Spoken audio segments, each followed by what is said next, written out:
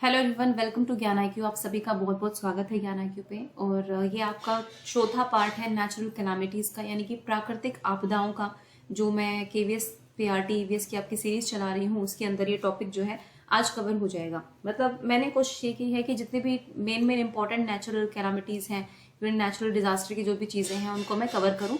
तो इस वीडियो में मैं इन्हीं चीज़ों को कवर करूंगी।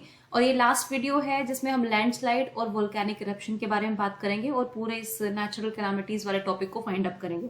फिर क्वेश्चन सीरीज में जो है आपकी बहुत सारी बारीक बारीक चीजें जो छूट जाती हैं वो उसमें कंप्लीट हो जाएंगी। ओके, सो चलिए बिना देरी के स्टार्ट करेंगे अपनी आज की वीडियो।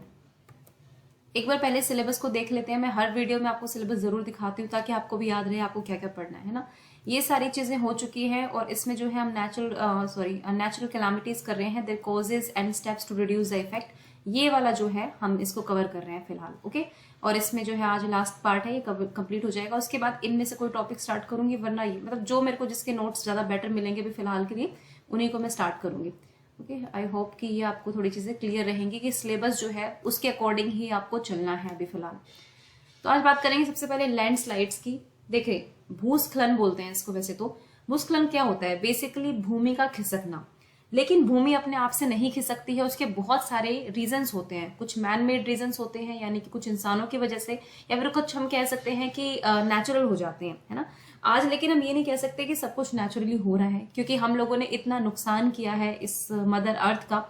तो इसीलिए कुछ चीजें ऐसी हैं जो हमें पता नहीं चलती कि हमारी वजह से हो रही है, लेकिन वो एक्चुअल में हमारी वजह से ही हो रही होती हैं, है ना। पहले के टाइम पे जब हम पहाड़ों पे, मतलब पहाड़ों के बारे में किसने सोचा था कि पहाड़ों में हम जीवन स्टार्ट करेंगे? चलिए, हमने जीवन स्टार्ट कर लिया, लेकिन फिर हमने वहां पर घर बना दिए, मतलब इवन वहां पर बांध बना दिए, घर बना दिए, वहां के पेड़ों को काटा, पहाड़ों को तोड़ तोड़ कर वहां पर मतलब सड़कें बनाई है, जो भी कुछ किया। बेसिकली हमने नेचुरल चीजों को डिस्टर्ब किया, और उस डिस्टर्बेंस की वजह से वो चीजें आज तक इतनी डिस्टर्ब चल रही हैं कि लैंडस्लाइड के रूप में आपको वो चीजें दिखाई देती हैं। ये पिक्चर आप देख पा रहे होंगे जिसमें एक लैंडस्लाइड का नमूना है। और 2013 की त्रासदी आप सभी को याद होगी, जो केदारनाथ में बाढ़ आई थी, उसके बारे में आप सभी को याद होगा। उस बाढ़ में केवल ये नहीं था कि वहां पे सिर्फ पानी था, पानी तो था ही, लेकिन साथ साथ आसपास के इलाकों में भारी बारिश के कारण लैंडस्लाइड हुई। और लैंडस्लाइड यानी कि भूमि का खिसकना, तो आपने देखा ही होगा वीडियोज में भी कि उस भूमि के खिसकने से कितनी जान माल की नुकसान होती है। मतलब ये कह सकते हो कि यहाँ पे सिर्फ इंसानों को नहीं बल्कि जानवरों को भी इससे पूरा इफेक्ट पड़ता है। वैसे तो आपको मोटी मोटी चीजें पता है, लेकिन थोड़ा थोड़ा मैं आपको बता दूंगी कि इसमें क्या क्या इंपॉर्टेंट चीजें हैं। The slipping of masses of rocks, earth और debris downwards in the mountain slopes और banks of the river is called a landslide. ये तो एक सिंपल सी डेफिनेशन है कि जब पहाड़ की ढलानों या नदियों के किनारे चट्टानों के मिट्टी या मलबे के नीचे की ओर खिसकना जब होता है तो उसको हम भूस्खलन कहते हैं। और इसके वीडियोस भी आपने यूट्यूब पर काफी देखी होंगी। चलिए अब एक बार कॉजेस को देखते हैं कि कारण क्या है कि लैंडस्लाइड क्यों होती है, भूस्खलन आखिर होते क्यों है, इसका रीजन क्या होता है। देखो, सबसे पहला जो रीजन है वो तो है हैवी रेन, यानी कि भारी बारिश। इसमें भारी बारिश ही नहीं बल्कि बादलों का फटना। आप कह सकते हो कि एक साथ इतना ज्यादा पानी जितना आप सोच भी नहीं सकते हैं, जब वो फटता है बादल, वो एकदम से जब हैवी हो जाता है, पहाड़ों से टकराता है, तो वो बारिश के रूप में नीचे वो एकदम से फटता है। और उससे क्या होता है कि सारी जो जहां भी वो फटता है वहां का पहाड़, मिट्टी, चट्टान, सब कुछ सारी चीजों को अपने साथ बहा कर लेकर आता है। बहा कर लेके आएगा तो आप कंकड़ पत्थर, बड़े बड़े पत्थर जो है वो सारे जो है नीचे के इलाकों में जाता है पानी बहते बहते। और हो सकता है कि नदी के किनारे वाले जो बसे हुई चीजें हैं उनको भी वो डिस्ट्रॉय करता हुआ जाए। तो हैवी रेनफॉल जो है एक बहुत one of the main important reason होता है लैंडस्लाइड्स के होने का।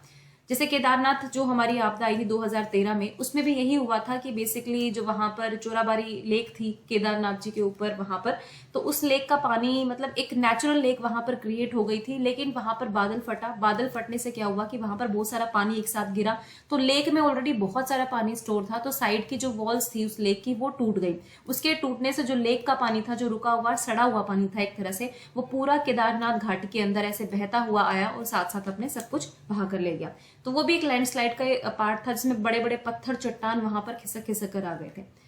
ठीक है, नेक्स्ट है डिफोरेस्टेशन, यानी कि हम पेड़ों की कटाई कर रहे हैं, वनों की कटाई कर रहे हैं। वन क्या करते हैं? देखिए, पेड़ जब होते हैं ना तो वो मिट्टी को जकड़ कर रखते हैं, है ना, वहां आसपास की मिट्टी को। और भारी बारिश भी आएगी तो पेड़ की जड़ें इतनी मजबूत हो जाती हैं कि वो उस लैंड को खिसकने नहीं देते। लेकिन अगर हम वनों की कटाई करते चले जाएंगे और बिल्कुल उस जमीन को बंजर करते हुए चले जाएंगे जहां पे सिर्फ पत्थर या मिट्टी बचेगी, तो फिर वो मिट्टी पानी से बह बहकर नीचे ही आएगी और वो लैंडस्लाइड के रूप में आपके सामने आएगी। ठीक है। ये मैं मोस्टली पहाड़ी इलाकों की बात कर रही हूँ, क्योंकि लैंडस्लाइड जो होती है मोस्टली थोड़े पहाड़ी इलाकों पर ही मानी जाती है, ठीक है। उसके बाद है अर्थक्वेक एंड वोल्केनिक एक्सप्लोजन्स, यानी कि ज्वालामुखी का फटना या फिर भूकंप। आपने सुना होगा कि कई बार क्या होता है, भूकंप जब आते हैं तो पहाड़ी इलाकों में ज्यादा, क्योंकि हमारा हिमालयन रेंज जो है वो बिल्कुल नवीन वलित पर्वत जिसको बोलते हैं हम, यंग माउंटेन्स है, तो वहां पर ये जो ज्वालामुखी का फटना, सॉरी, वहां पर जो भूकंप है वो बहुत ही नॉर्मल है। तो भूकंप में बहुत ही हाई सेंसिटिव जोन के अंदर आते हैं, तो अगर भूकंप आएगा तो ऑब्वियसली वहां लैंडस्लाइड होने की पूरी संभावनाएं रहती हैं। बल्कि इवन पहाड़ों में क्या होता है ना कि जब भी बारिश का मौसम होता है तो लैंडस्लाइड आपको देखने को मिलती ही मिलती है। कभी यहीं बादल फट गया, कभी वहां बादल फट गया, ये चीजें आपके सामने आती रहती हैं। फिर ज्वालामुखी, जहां जो भी एरियाज होते हैं जिनके आसपास, जिन पहाड़ों के आसपास या फिर कहीं भी किसी एरिया में ज्वालामुखी विस्फोट होता है तो उसके द्वारा भी लैंडस्लाइड देखने को मिलती है। उसके बाद नेक्स्ट रीजन है, अगर आप कह सकते हैं तो बिल्डिंग ऑफ रोड्स, यानी कि सड़कों का निर्माण। वैसे तो हम बहुत प्राउड फील करते हैं कि हमने 4 धामों की यात्रा जो है सुगम बना दी है, जो भी है, लेकिन देखिए ये चीज है, लेकिन ये डेवलपमेंट का नुकसान कहीं ना कहीं पहाड़ों को हो रहा है जाकर। और पहाड़ों को तो हो ही रहा है, वहां के वन्य जीवों को भी हो रहा है, पशु पक्षियों को हो रहा है, लेकिन साथ ही साथ फिर वहां पर जितने भी लोग बसे हुए हैं उनके लिए भी फिर ये डिफिकल्टी उनको फेस करनी पड़ती है। आप सड़कों का निर्माण करेंगे, आप बड़े बड़े पहाड़ों को काटते काटते चले जाएंगे। ऑब्वियसली जब आप एक पहाड़ को काटते हैं अपने तरीके से, है ना, क्योंकि वो नेचुरली ग्रो करा है उन्होंने, तो वो अपने हिसाब से ही रहते हैं वहां पे। लेकिन जब आप क्या करते हैं कि आप पहाड़ों को काटते हैं, आपने यहाँ से काट दिया, इतना काट दिया, तो ऊपर का प्रेशर जो है नीचे नहीं झेल पाते हैं। कई बार कच्चे पहाड़ होते हैं, जो कच्चे पहाड़ होते हैं लैंडस्लाइड उनमें ज्यादा होती है, लेकिन जो प्रॉपर मजबूत पत्थर के पहाड़ होते हैं वहां पे फिर भी इतनी नहीं होती है, लेकिन लैंडस्लाइड जो है वो कच्चे पहाड़ों पे हमें ज्यादा देखने को मिलती है। तो क्या होता है कि बिल्डिंग ऑफ रॉक से, यानी रोड से, यानी कि सड़कों के निर्माण करने से हम पहाड़ों की जो कटाई करते हैं उनकी वजह से भी लैंडस्लाइड्स आती हैं। उसके बाद एक मेन रीजन होता है शिफ्टिंग एग्रीकल्चर। देखिए जो स्थानांतरण कृषि होती है उससे भी जो है लैंडस्लाइड होती हैं। क्यों होती है? अब जो स्थानांतरण कृषि होती है इसको स्लैश एंड बर्न कृषि भी बोलते हैं एक तरह से। स्लैश एंड बर्न होता क्या है कि यहाँ पर आपने 1-2 साल के लिए तो कुछ अनाज उगा लिया, आपने कुछ सब्जी फल कुछ उगा लिया यहाँ पर, ठीक है, 1 या 2 साल या 3 साल, फिर उसके बाद आप जब ये बिल्कुल अनुपजाऊ हो जाती है तो किसान क्या करते हैं कि इस भूमि को छोड़ देते हैं। और छोड़ते भी कैसे हैं कि बेसिकली यहाँ पर जो है जो भी इनका रेजिड्यू बचता है ना, जैसे पेड़ हो गए, झाड़ियां होगी, जंगल होगी, उनको काट दिया जाता है, उसको साफ कर दिया जाता है इस तरह से। फिर वो कहीं, और बाकी जो वनस्पति होती है उसको जला दिया जाता है, फिर आप कहीं दूसरी तरफ वो करते हैं, क्या बोलते हैं, कृषि के लिए जाते हैं। तो इससे क्या होता है कि बेसिकली जो पहाड़ी एरिया होता है वहां पर स्थानांतरित कृषि से बहुत नुकसान होता है, क्योंकि आप अगर उस भूमि की जो सॉइल है उसको आप डिस्टर्ब कर रहे हो बार बार, तो सॉइल इरोजन, यानी कि आप कह सकते हो कि मिट्टी की जो ऊपरी परत होती है वो उतरना स्टार्ट कर देती है। तो ये कुछ एक रीजन होते हैं जिससे मिट्टी की जो, एक तो मिट्टी के न्यूट्रिएंट्स भी यहाँ पे कम होते हैं, दूसरी चीज ये है कि मिट्टी जो है अपनी पकड़ बनाने में मजबूत नहीं रह जाती है। सॉइल इरोजन की जो समस्या है बहुत होती है पहाड़ी एरियाज में बिकॉज ऑफ शिफ्टिंग एग्रीकल्चर। तो इस वजह से जो है ये भी एक कारण बन जाता है लैंडस्लाइड्स का।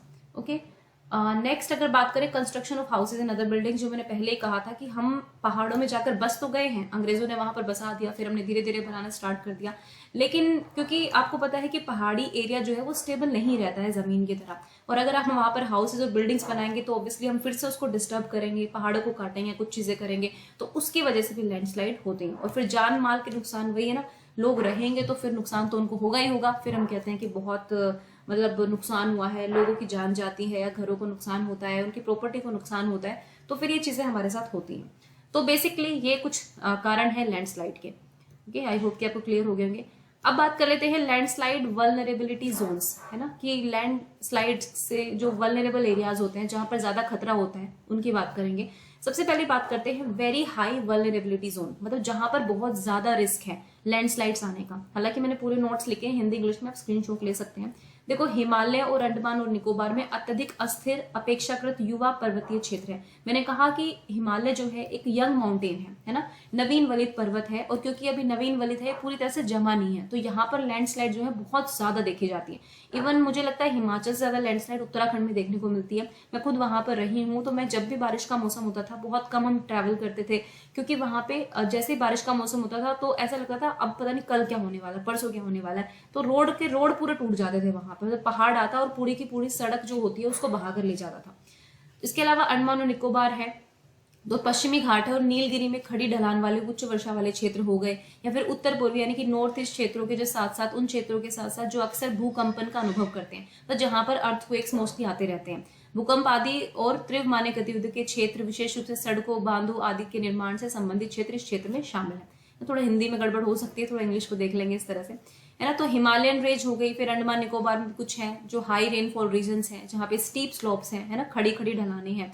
उसके बाद वेस्टर्न घाट्स हैं हमारे, और नीलगिरी पर्वत है। फिर नॉर्थ ईस्ट का कुछ रीजन है जहाँ पर बहुत ज्यादा बारिश होती है और ग्राउंड शेकिंग होती है, यानी कि भूस्खलन की समस्या होती रहती है, तो अर्थक्वेक की समस्या होती रहती है, तो वो बहुत ही वेरी हाई वल्नरेबिलिटी जोन के अंदर आते हैं। हिमालयन रेंज तो है ही है, ओके। उसके बाद बात करेंगे हाई। अब देखो वो सबसे आगे था, जो सबसे ज्यादा हाई रिस्क पे था, वो वेरी हाई था, ये हाई है कि हाई कौन सा है। Areas that have almost similar conditions to those included in the very high vulnerability zones are also included in this category. The only difference between these two is the combination intensity and frequency of the controlling factors, है ना, कि कहाँ पर जो very high zone होते हैं वहां पर हम कंट्रोल नहीं कर पाते हैं अच्छे से, ना, इंटेंसिटी वहां पर ज्यादा होती है, लेकिन हाई में थोड़ी उनसे कम इंटेंसिटी होती है और थोड़ा सा हम ज्यादा उनको कंट्रोल कर पाते हैं। All the Himalayan states and the states from northern region except the plains of Assam are included in high vulnerability zones. तो वहां पर तो देखो जो हाई वल्नरेबिलिटी जोन होंगे, हिमालय के कुछ स्पेसिफिक रीजन्स होंगे जहां पर ज्यादा देखने को मिलती है, लेकिन यहाँ पर हिमालय स्टेट, जितने भी हिमालयन स्टेट्स हैं, चाहे वो जम्मू कश्मीर के हैं, चाहे वो आपके हिमाचल प्रदेश के हैं, चाहे उत्तराखंड के हैं, या फिर नॉर्थ ईस्ट में अगर हम बात करें तो यहाँ के सारे स्टेट जो पहाड़ी इलाकों में है वो हमेशा हाई वल्नरेबिलिटी पर रहते हैं, ओके। उसके बाद है नेक्स्ट मॉडरेट टू लो, मतलब आप कह सकते हैं मध्यम से निम्न संवेदनशील क्षेत्र कौन कौन से हैं। जो लेस प्रेसिपिटेशन होता है जहां पर, मतलब कि जहां पर कम वर्षा होती है, जैसे ट्रांस हिमालय एरिया हो गया, जैसे लद्दाख हो गया, स्पीति हो गया, क्योंकि यहाँ पे बर्फबारी ज्यादा होती है ना, तो यहाँ पर हम कह सकते हैं कि थोड़ी सी कम लैंडस्लाइड्स होती हैं। उसके बाद अरावली हिल्स हो गई, rain shadow areas in western और ईस्टर्न घाट्स में हो गए जहां पर रेन होती है। डेक्कन प्लेट्यू हो गया, यहाँ पर भी ओकेजनल लैंडस्लाइड्स होती है, मतलब इतनी ज्यादा नहीं होती जितनी वैसे मोस्टली हिमालयन स्टेट्स में होती है, ओके। उसके बाद माइनिंग के कारण, सब्सिडेंस के कारण भी लैंडस्लाइड्स होती है, जैसे झारखंड हो गया, आपका उड़ीसा हो गया, छत्तीसगढ़ हो गया, यहाँ पे माइनिंग वगैरह के कारण भी होती है, ठीक है। जैसे खनन हो गया, धसाव के कारण भी यहाँ पर भूस्खलन होता रहता है। इसमें आते हैं झारखंड, उड़ीसा, छत्तीसगढ़, मध्य प्रदेश, महाराष्ट्र, आंध्र प्रदेश, कर्नाटक, तमिलनाडु, गोवा और केरल जैसे राज्य, ओके, याद रखना है इनको। उसके बाद नेक्स्ट देखते हैं अदर एरियाज। अब कुछ और एरियाज भी हैं जहां पर ये लैंडस्लाइड आपको देखने को मिल सकती है। रिमेनिंग पार्ट कौन कौन सा बच गया, राजस्थान बच गया, Haryana, Uttar Pradesh, Bihar, West Bengal, Assam and coastal areas of the southern states are safe as far as landslides are concern. मतलब ये स्टेट जो है, क्योंकि प्लेन एरियाज होते हैं, अगर पानी होता है तो थोड़ा सा जल निकासी की अच्छी व्यवस्था होती है, तो पानी निकल ही जाता है बारिश का, अदरवाइज थोड़ा थोड़ा बहुत तो पानी से समस्या देखने को मिल जाती है, लेकिन वो प्रॉपर लैंडस्लाइड्स नहीं होती जो वहां पर होती है। अब देखो लैंडस्लाइड्स को कंट्रोल कैसे कर सकते हो आप, अगेन वही है कि हमें पेड़ पौधे लगाने चाहिए, है ना, मतलब डिफोरेस्टेशन नहीं करना है, जंगलों की कटाई हमें कम से कम, मतलब वही बात है, अब हम डेवलपमेंट और एनवायरनमेंट को लेकर उसी बहस पर आ जाते हैं कि क्या करें, डेवलपमेंट करें कि एनवायरनमेंट को देखें। तो वही बात यह है कि पहले आपको अपनी जमीन को बचाना जरूरी होता है। तो अकॉर्डिंग टू मी आपको डेवलपमेंट एक बहुत हद तक लिमिट वे में करना चाहिए, है ना। पहाड़ जो है वो बहुत ही नेचुरल चीज है, जो अपनी, क्योंकि वहां पे नदी का अपना खुद का रास्ता है, पहाड़ों की भाई अपनी मर्जी चलती है, जब वो गिरेंगे तो गिरेंगे ही। तो कहने की बात यह है कि डिफोरेस्टेशन नहीं होना चाहिए, फॉरेस्ट को बचाकर रखना चाहिए। दूसरी, जंगलों में बहुत ज्यादा आग लगती है, तो आग लगने से क्या होते हैं, पेड़ पौधे जल जाते हैं, फिर वही सूख जाते हैं, मिट्टी जो है कमजोर हो जाती है इन सब चीजों की वजह से। तो ये चीजों को कंट्रोल करने की जरूरत है, क्योंकि हर बार मई के महीने में, अप्रैल मई के महीने में देखा जाता है कि पहाड़ों में आग भी बहुत ज्यादा लग जाती है। उसके बाद हमें ह्यूमन एक्टिविटीज को कंट्रोल करना चाहिए, जो हम कंस्ट्रक्शन कर रहे हैं, गवर्नमेंट को थोड़ा सा इस पर रेस्ट्रिक्शंस लगाने चाहिए ताकि हम अपने नेचुरल एनवायरनमेंट को सेव कर सकें। अब बात करते हैं वोल्केनोज की, ज्वालामुखी। देखो भारत में तो इसका खैर ज्यादा इशू नहीं है, लेकिन ऑब्वियसली ज्वालामुखी के बारे में भी हमें पढ़ना जरूरी है। ये जो पिक्चर आप देख रहे हैं, ये सबको पता है कि ज्वालामुखी क्या होता है, लेकिन अब मतलब किसी की हिम्मत नहीं है कि इनके पास जाकर देख सके। ये देखने में थोड़ा अट्रैक्टिव लगते हैं, लेकिन ये बहुत ही जबरदस्त डेंजरस होते हैं। जो लोग इनके आसपास रहते हैं बहुत, कि लावा निकलता है प्रॉपर चट्टानों के पिघलने से, मतलब ये लगा लीजिए कि कितनी जबरदस्त आग होती है जो चट्टानों को पिघला देती है, और वो लावा जब निकलता है तो कितना हार्मफुल होता है ना। तो वोल्केनो हम सबको पता है कि जमीन के अंदर जो है ज्वालामुखी, पृथ्वी की पपड़ी में एक वेंट है जिसके माध्यम से पिघला हुआ पदार्थ अचानक फूट जाता है, तो ऐसे विस्फोट होता है, और ये विस्फोट जो है आपको देखने को मिल सकता है। अब देखो इस दुनिया में जो है बहुत सारे डोरमेंट हैं ज्वालामुखी, जो बहुत सालों से फटे ही नहीं है, तो हम उनको डोरमेंट मान लेते हैं कि भाई ठीक है, सुप्त अवस्था में है, ये जगह ही नहीं है। लेकिन कुछ होते हैं बहुत एक्टिव वोल्केनोज होते हैं। तो इंडिया में वैसे मुझे लगता है नहीं कि एक्टिव इतने ज्यादा वोल्केनो है। एक शायद हो सकता है अंडमान निकोबार के बारे में, उसका मुझे नाम याद नहीं आ रहा, लेकिन पिछले साल मैंने उसके बारे में कुछ पढ़ा था। ओके, लेकिन आपको ये याद रखना है कि वोल्केनोज होते क्या हैं, फिर इनके बारे में वही है टाइप ऑफ वोल्केनोज मैं आपको कराना चाहती हूँ, जो एक नई चीज है कि वोल्केनो कितने तरह के होते हैं। मोटे मोटे 4-5 तरह के होते हैं, इनको जान लो। पहला है शील्ड वोल्केनो। शील्ड वोल्केनो क्या होता है? बेसॉल्ट प्रवाह को छोड़कर ढाल ज्वालामुखी पृथ्वी पर सभी ज्वालामुखी में सबसे बड़े हैं। बेसिकली इनको शील्ड ज्वालामुखी बोलते हैं। ठीक है, अब ये देखो लार्जेस्ट हैं सारे वोल्केनोज में, जितने भी पृथ्वी पर वोल्केनोज हैं उनमें सबसे बड़े होते हैं। These volcanoes are mostly made of basalt, a type of lava that is very fluid when erupted. है ना, एक तरह के लावा से बना होता है जो बहुत ही ज्यादा बहता है, फ्लूइड की तरह बहता है जब वो फटता है। For this reason these volcanoes are not steep. इसके कारण जो है ये ढलान वाले ज्यादा नहीं होते हैं। Okay, they become explosive somehow water gets into the vent. अगर इनकी वेंट में, इनके उस वेंट के अंदर वाटर चला जाता है तो ये फट जाते हैं। Otherwise they are characterised by low explosivity. मतलब एक तरह से इनमें एक्सप्लोजन इतना ज्यादा नहीं होता है, लेकिन जब पानी इनके अंदर चला जाता है तो इनके अंदर एक्सप्लोजन हो जाता है। The upcoming lava moves in the form of fountain and throws out at the cone at the top of the vent and develops into cinder cone. एक कोन की शेप ले लेता है। देखो मैं आपको इसकी पिक्चर दिखाती हूँ। देखो ये है शील्ड वोल्केनो, और ये इस तरह की पिक्चर लेते, इस तरह का दिख रहा होगा आपको। मतलब ये एक बहुत ही पास से ली गई पिक्चर है। अगर इसके अंदर पानी जाता है तो यहाँ से धीरे धीरे धीरे जो है लावा एक तरह से पिघलता रहता है। ये एनसीईआरटी से इस पिक्चर ली गई है, सिंडर कोन, मतलब पुरानी एनसीईआरटी की बुक से वहां से ली गई है। ठीक है, तो ये है शील्ड वोल्केनो। उसके बाद आता है कंपोजिट वोल्केनोस। ये जो आप पिक्चर देख रहे हैं कंपोजिट वोल्केनोस की है। बेसिकली ये characterise by eruptions of cooler and more विशियस लावाज देन बेसॉल्ट। अब थोड़ा सा ज्यादा कूलर होता है, मतलब अधिक चिपचिपा लावा होता है इनका, और मतलब थोड़ा सा कूल होता है, थोड़ा ठंडा होता है दूसरों के मुकाबले, दूसरे ज्वालामुखी के मुकाबले। इन ज्वालामुखी के परिणाम स्वरूप अक्सर विस्फोट होते हैं। इनमें बहुत ज्यादा विस्फोट होते हैं। लावा के साथ बड़ी मात्रा में ये पायरोक्लास्टिक सामग्री और राख जमीन पर अपना रास्ता खोज लेती है। यह सामग्री वेंट के उद्घाटन के आसपास के क्षेत्र में जमा हो जाती है, जिससे परतों का निर्माण होता है, और इसमें माउंट मिश्रित ज्वालामुखी के रूप में दिखाई देते हैं। ये बेसिकली इस तरह के दिखाई देते हैं, आप देख सकते हैं, ज्यादा विस्फोटक होते हैं as compare to the shield volcanoes. उसके बाद आता है कैल्डेरा। कैल्डेरा क्या होता है? These are the most explosive of the earth volcanoes. अब अगर आपसे क्वेश्चन आ जाए कि सबसे ज्यादा एक्सप्लोसिव वोल्केनोस कौन कौन से होते हैं, तो आप कह सकते हैं कैल्डेरा, क्योंकि है these are the most explosive, सबसे ज्यादा एक्सप्लोज होने वाले वोल्केनोस होते हैं। They are usually so explosive that when they erupt, they tend to collapse on themselves rather than on building any tall structure. मतलब इतने विस्फोटक होते हैं कि किसी भी ऊंचे ढांचे के निर्माण के बजाय खुद ही गिर जाते हैं, मतलब पूरा कोलैप्स हो जाता है वोल्केनो जो है। दे कोलैप्स्ड डिप्रेशंस आर कॉल्ड कैल्डरास। ठीक है, इनका जो कोलैप्स डिप्रेशन होता है उनको हम क्या बोलते हैं? कैल्डरास बोलते हैं। इनकी विस्फोटकता इंगित करती है कि लावा की आपूर्ति करने वाला मैग्मा कक्ष न केवल विशाल है बल्कि आसपास के क्षेत्र में भी है। ओके, बेसिकली थोड़ा सा आपको जानना है कि मोस्ट एक्सप्लोसिव है, ये मैंने थोड़ा ज्यादा ही लिख दिया है, लेकिन स्टिल आपको बस इतना जानना है कि सबसे ज्यादा एक्सप्लोसिव होते हैं, और इतने ज्यादा एक्सप्लोसिव होते हैं कि जब ये फटते हैं तो आसपास की बिल्डिंग को नहीं, खुद को एकदम से फाड़ लेते हैं। अब आता है नेक्स्ट हमारा फ्लड बेसोल्ट प्रोविंसेस। ये भी एक तरह के वोल्केनो की कैटेगरी में आता है। These volcanoes out pure high fluid lava that flow for long distances. ठीक है, ये ऐसा लावा, बेसिकली इनके अंदर से ऐसा लावा निकलता है जो लंबी दूरी तक बह जाता है, मतलब आप कह सकते हो ज्यादा डेंस नहीं होगा, थोड़ा पतला लावा होगा इस तरह से। Some parts of the world are covered by thousands of square metre of thick basalt lava flows. है ना, कुछ ऐसे देश है जहां पर बहुत ज्यादा ये फैला हुआ है। फिर मिड ओशन रिज वोल्केनोस, यानी कि मध्य महासागर कटक ज्वालामुखी। These volcanoes occur in the oceanic areas, मतलब ये बेसिकली ओशन यानी समुद्र के एरियाज में मिलते हैं। There is a system of mid ocean bridges more than 70,000 kilometre long that stretches through all the ocean basins। ठीक है, तो ये मान लो कि मिड ओशन रिज वोल्केनोस जो है बेसिकली आपको महासागर के क्षेत्रों के आसपास मिलेंगे। तो this is all about volcanoes. वैसे वोल्केनोस फिर आपको क्वेश्चन देखने को ज्यादा नहीं मिल सकते हैं अकॉर्डिंग टू मी, मतलब मेरा ये आइडिया है, क्योंकि वोल्केनोस इंडिया में इतने एक्टिव नहीं है, तो क्वेश्चन थोड़ा कम आ सकता है। इंडिया में क्वेश्चन जो है बाढ़, खेती, इन सब चीजों से ज्यादा आने की मतलब संभावना है।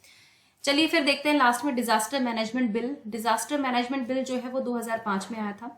ठीक है, disaster as a catastrophe, mishap, calamity और grave occurrence affecting any area arising from natural और मैन मेड कॉजेस। बेसिकली इन्होंने आपदा को किस तरह से डिफाइन किया है कि आपदा जो है किसी भी क्षेत्र को प्रभावित करने वाली आपदा क्या होती है, कोई दुर्घटना हो सकती है, आपदा हो सकती है, गंभीर घटना हो सकती है, इस रूप में इन्होंने इसको वो किया है, परिभाषित किया गया है। ठीक है। जो प्राकृतिक या मानव निर्मित कारणों से उत्पन्न हो सकती है। जब भी हम नेचुरल डिजास्टर्स की बात करते हैं उसमें नाम तो नेचुरल होता है, लेकिन देखो ये डिजास्टर मैनेजमेंट बिल है। डिजास्टर मतलब कोई भी डिजास्टर हो सकती है। डिजास्टर कई बार आपने अभी दिल्ली में सुना होगा कि एक लैपटॉप बनाने वाली फैक्ट्री थी, आई थिंक मुंडका में एक इंसिडेंस हुआ, वो भी एक तरह का डिजास्टर था, एक तरह की आपदा ही थी कि उसमें बहुत सारे लोग जलकर मर गए, तो वो भी एक डिजास्टर है। लेकिन वही है कि नेचुरल डिजास्टर हो चाहे कोई भी हो, यहाँ पर दोनों कारण हो सकते हैं, नेचुरल भी हो सकते हैं और मैन मेड रीजंस भी हो सकते हैं। और पर्यावरण का विनाश और ऐसी प्रकृति का परिणाम का है जो प्रभावित क्षेत्र के समुदाय के मुकाबला करने की पूरी क्षमता से परे है। होता क्या है कि डिजास्टर तब बनती है जब आप बहुत ज्यादा कोशिश करते हैं उसको कंट्रोल करने की, लेकिन फिर भी बहुत ज्यादा लाइफ का लॉस हो जाता है, उसमें ह्यूमंस को सफर करना पड़ता है, एनवायरमेंट को सफर करना पड़ता है, तो तब वो एक तरह से डिजास्टर बन जाती है। बड़े लेवल पे एक तो होता है हम छोटी मोटी बीमारियों को कंट्रोल करते थे, छोटे मोटी चीजों को हम कंट्रोल कर लेते हैं, है ना, लेकिन डिजास्टर जब बड़े लेवल पे एक बहुत ज्यादा त्रासदी हो जाए तो उसको हम डिजास्टर बोल सकते हैं। तो जो डिजास्टर मैनेजमेंट बिल था वो 2005 में आया था, ये आपको याद रखना है। तो भाई इस चैप्टर को आज मैं क्लोज करती हूँ, क्योंकि ये आपका नेचुरल डिजास्टर्स में सारे जितने भी इंपॉर्टेंट नेचुरल डिजास्टर्स हैं उनको मैंने कवर कराया है।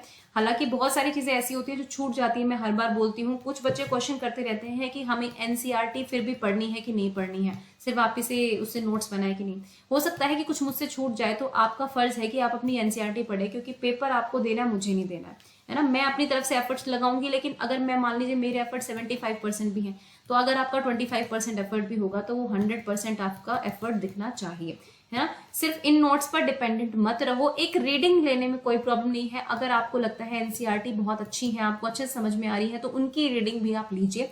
आप ये मत सोचिए कि नहीं ये नोट्स हैं तो नोट्स में मैडम जो कह रही है इनके स्क्रीनशॉट लेके हम इनको एक बार रीडिंग ले लेंगे, हो जाएगा। ऐसा नहीं होता है भाई, है ना। कुछ चीजें आपको भी थोड़ा दिमाग लगाना पड़ेगा कि हो सकता है मुझसे कुछ छूट जाए, आपसे कुछ छूट जाए, तो आपको वो गैप कवर करने जरूरी है।